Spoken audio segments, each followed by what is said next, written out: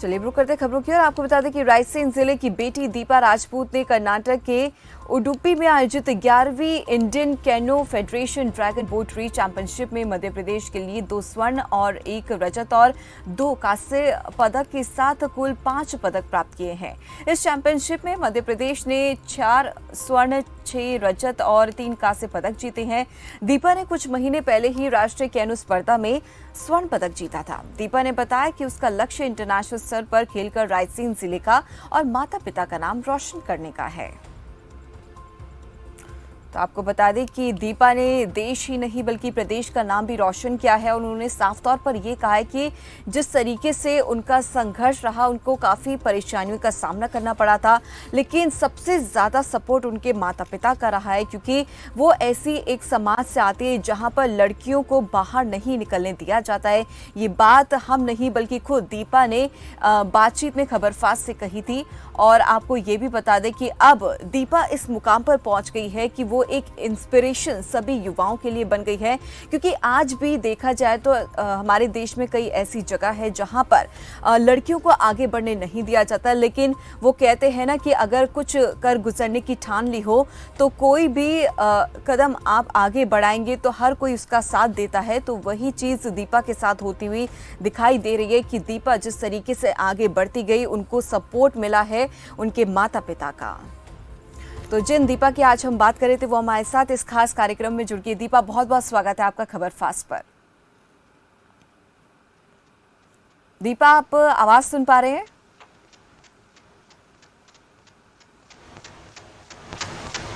दीपा, आपकी आवाज नहीं पहुंच पा रही है,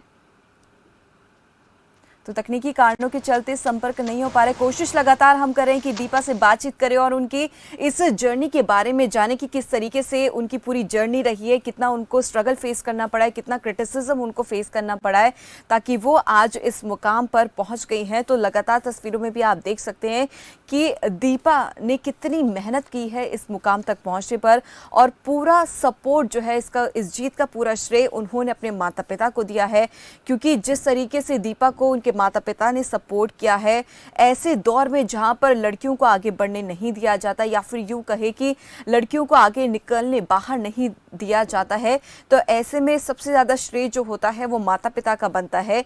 तो आज उनकी बदौलत ही दीपा इस मुकाम पर पहुंच चुकी है। तो काफी उनको क्रिटिसिज्म भी फेस करना पड़ा दीपा को, और आप देख सकते हैं कि किस तरीके से उनके चेहरे पर एक खुशी जो है वो देखने को मिल रही है।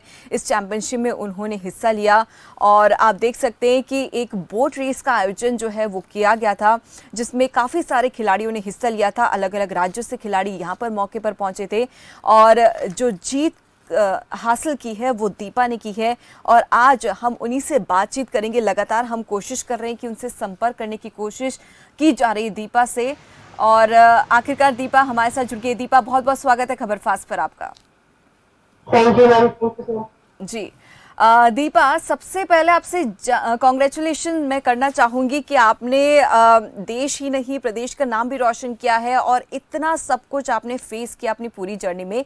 तो फिर भी हम लोग जानना चाहेंगे आपकी इस जर्नी के बारे में, कितना मुश्किल भरा आपका ये सफर रहा।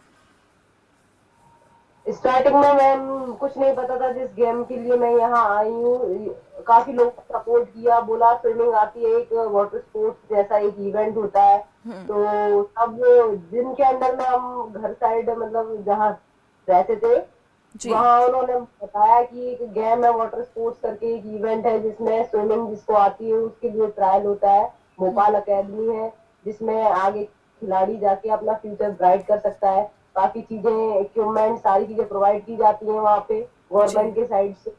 तो इन सब चीजों से और काफी लोगों के सपोर्ट, और जब यहाँ भोपाल आने के लिए जब कॉल आया कैंप अटेंड करने के बाद कि आपका सिलेक्शन हो चुका है एकेडमी में, जी तब थोड़ी प्रॉब्लम आई। घर वालों ने भी काफी लोगों का सुन रही बातें, बोला क्यों भेज रहे हो लड़की को आप अकेले, किस लिए वहां क्यों भेजना, रहने दो।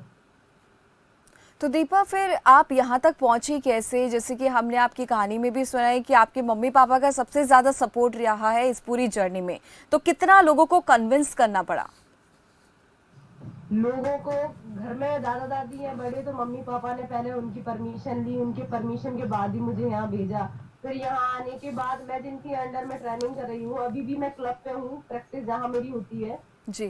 तो कोच है मेरे पीयूष कांति बारोई, जो हमें ट्रेनिंग देते हैं, जो एकेडमी के चीफ कोच हैं।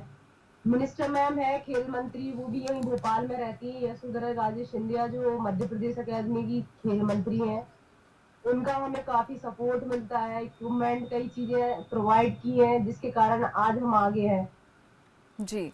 दीपा, एक आखिरी सवाल आपसे है कि हम लोग, समय कम है लेकिन फिर भी आपसे जानना चाहेंगे, क्योंकि आज के दौर में हम लोग रह रहे हैं, हमारी सोच बेशक हम लोग 21वीं सदी में रह रहे हैं लेकिन 18वीं सदी वाली सोच लेकर आज भी घूम रहे हैं। तो एक मैसेज देना चाहती हैं ऐसे लोगों के लिए जो लड़कियों को आगे बढ़ने नहीं देना चाहते?